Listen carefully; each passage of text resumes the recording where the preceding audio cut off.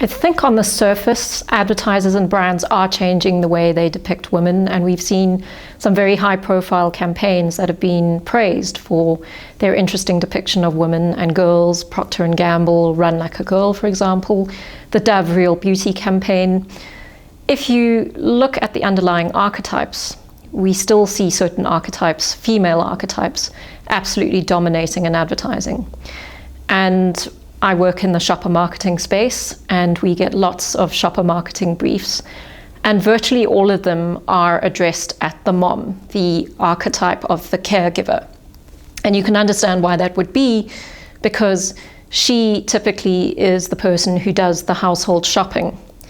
And we don't have the luxury of being able to produce targeted, segmented communication that targets people who are not typical household shoppers. So certain archetypes do predominate still. It also depends on the kind of category you're advertising to. So fast-moving consumer goods, you're talking to household shoppers. That's usually a mom. So you'll see the caregiver archetype coming through in a lot of advertising.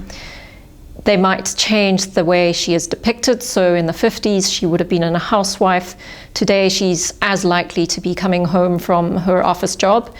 But that archetype is still the same. It's the caregiver. In cosmetics or lingerie, for example, you'll get the lover archetype. And you would expect that because they're selling romance, they're selling sexual allure. So you will certainly see that archetype predominating.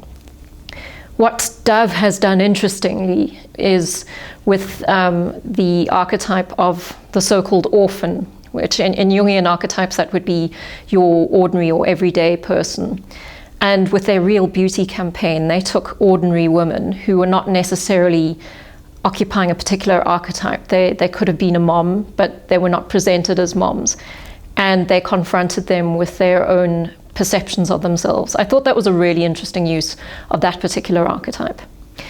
And then what we're seeing more and more, and I think this is indicative of the change in which women are being depicted, is we're seeing a lot more use of the warrior archetype for women. In the past, you would have seen that very seldom, purely almost always for men, male athletes.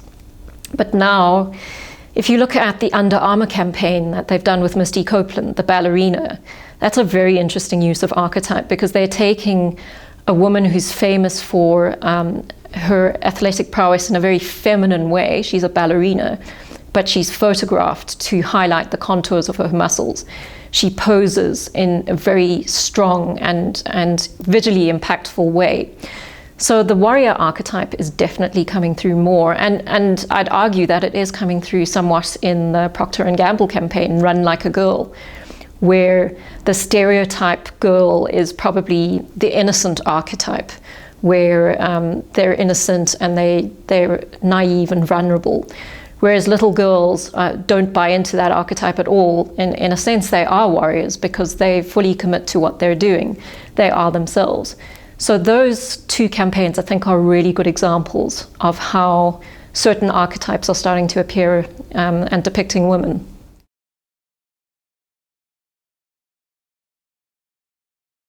I think locally, we're probably a little bit behind the times. One archetype that I have seen a lot of lately is the jester, which Suzelle DIY exemplifies. So she's a comedian.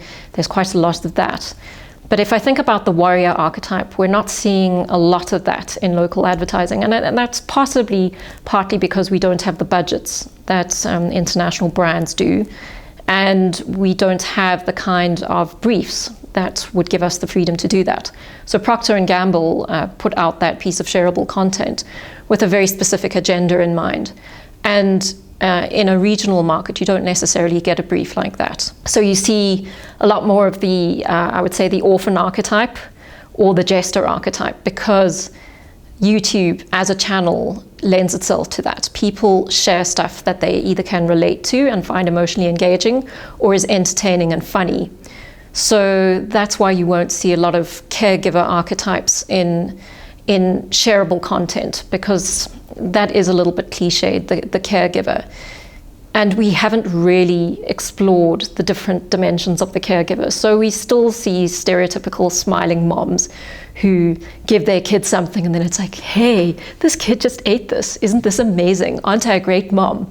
And yeah, we know why that happens. We're probably a little bit risk averse, particularly now that we're in a tight economic situation. You have to appeal to as many people as possible. So being risky can pay off depending what kind of brand you are. If you're a Take-A-Lot, yes, you can use Suzelle, and even Checkers can use Suzelle. But would a brand that targets, say, LSM5? I don't think they would.